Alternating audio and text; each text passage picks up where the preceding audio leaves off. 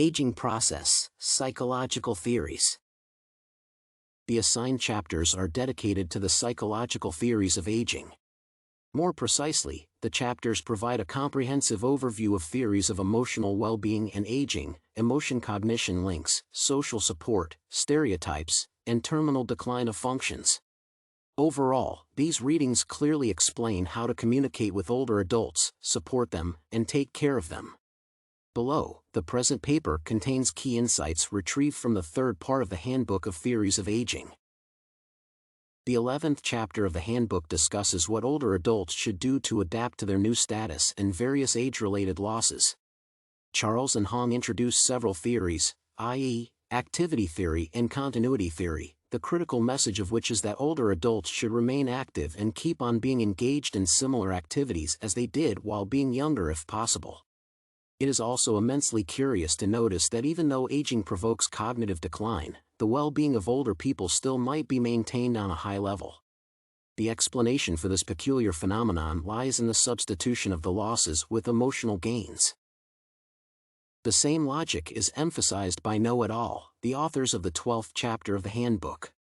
Similarly to Charles and Hong, Know et al. Argue that even though senior citizens commonly experience more difficulty with executive function, working memory, and fluid cognitive processing, they, nonetheless, could mitigate these losses through positive emotions and the optimistic worldview.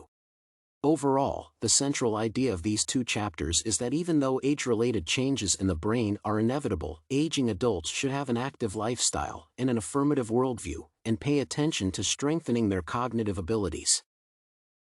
While the 11th and 12th chapters focus on theoretical explanations of why positive attitudes and active lifestyles are essential for older people, the following chapter describes what could be done to achieve these outcomes. According to Uchino et al., for elderly people, it is crucial to maintain close relations with friends and relatives. Without a doubt, it is essential for every person, regardless of age, to have supportive people who can be trusted. Nevertheless, the need of the elderly generation for social support is much higher than that of young people. From this, it could be inferred that the quality of the aging process depends not only on the efforts of elderly adults per se. It also depends on the extent of involvement of their friends and relatives in their lives and the strength of relations with them. At the same time, it is reasonable to suggest that it is still hard for an older adult to tolerate aging despite the existing social support due to self-stereotypes related to this process. Undoubtedly, aging is characterized by the terminal decline of cognition and sensory, motor, physical, and psychological functions. In addition to that, a person might experience an intense fear of death. Nonetheless, these inevitable natural processes are not a reason to develop stereotypes of elderly adults.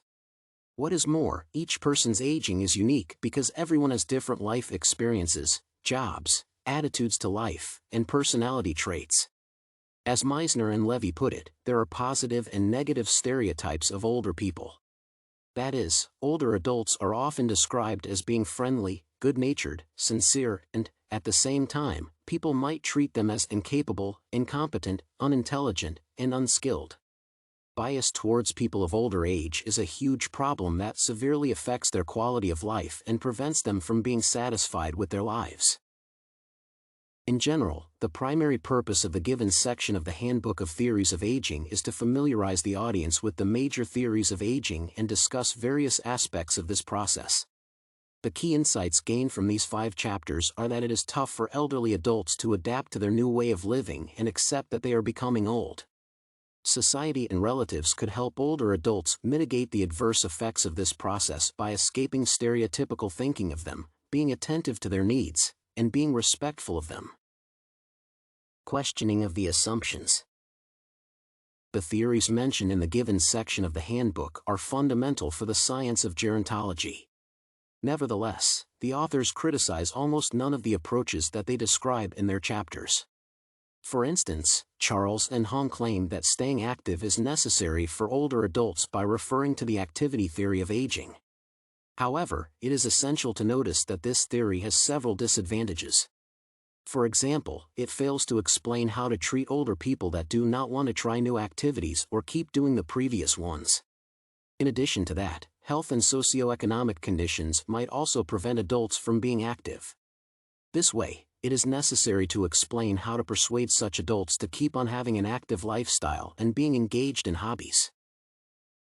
The discussion of the role of social support in the aging process also causes some concerns.